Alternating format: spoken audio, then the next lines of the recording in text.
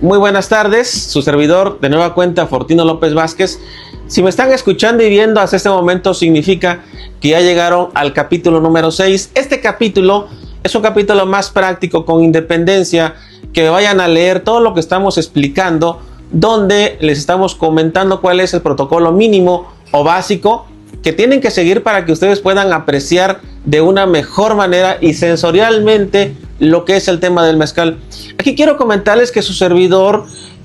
sugiere que para que nosotros podamos degustar de una mejor manera y apreciar esas notas que tiene el mezcal, lo hagamos en una copa de ese tipo, que es una copa de brandy, una copa coñaquera. ¿Por qué? Porque básicamente con esta copa nos va a dar a nosotros la posibilidad de oxigenar la bebida, de oxigenar el mezcal, porque no tenemos que olvidar que el mezcal está compuesto de una gran cantidad, infinidad de alcoholes,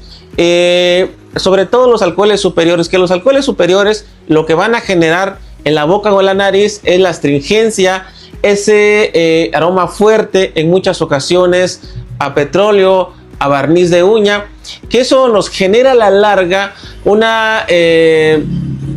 astringencia, y aparte de la astringencia también esas notas fuertes en la nariz y en la boca que van a evitar que nosotros podamos apreciar o encontrarle las notas que tiene un buen mezcal. Dentro de esta copa o el mezcal que nosotros metemos a la copa, donde vamos a encontrar desde un alcohol superior, desde un furfural, desde un metanol también. Entonces la forma para que nosotros podamos apreciar o encontrar esas notas es que nosotros podamos tomarlo en ese tipo de copas, y sobre todo les decía que volatilicemos bien el mezcal, porque esos compuestos alcohólicos que tiene la copa, si nosotros lo tomamos tal cual como está, pues evidentemente lo único que vamos a sentir en la boca es un golpe de alcohol. Pero para evitar esta parte tenemos que allegarnos de ciertos instrumentos que van a abonar a que nosotros podamos apreciar realmente el contenido de las notas de un mezcal. Por eso en esta copa considero yo, evidentemente puede haber otras técnicas y otras prácticas, y pueden haber personas que probablemente les digan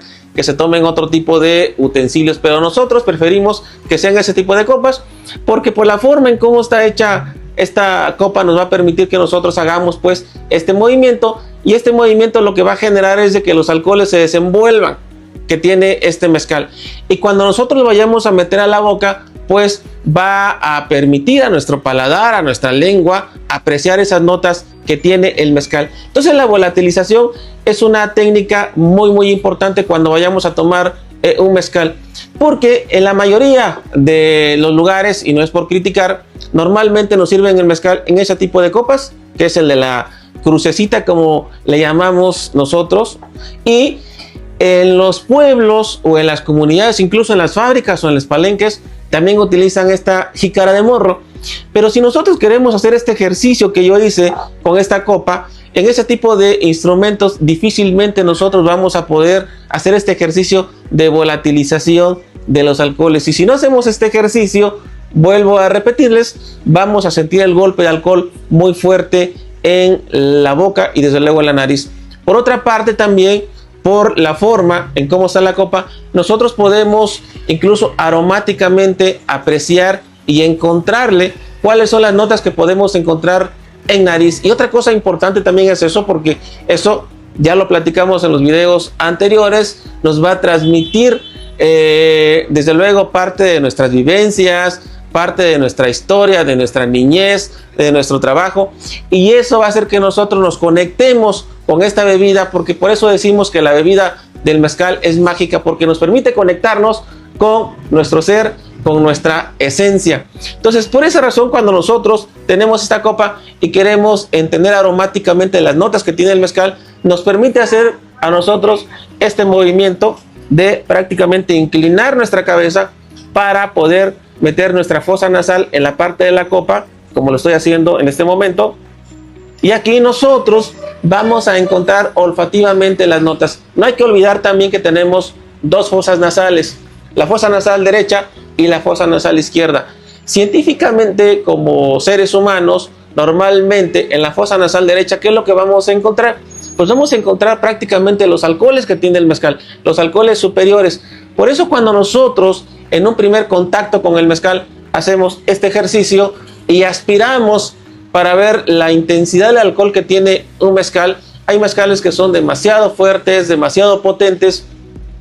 y nos va a lastimar inmediatamente nuestra fosa nasal. Incluso yo creo que muchos han tenido la experiencia que incluso nos lloran los ojos por ese fuerte golpe, fuerte impacto del alcohol, y eso no determina otra cosa más que no está bien destilado y que seguramente le dejaron pasar mucha cabeza o muchas puntas al mezcal, y que por esa razón tiene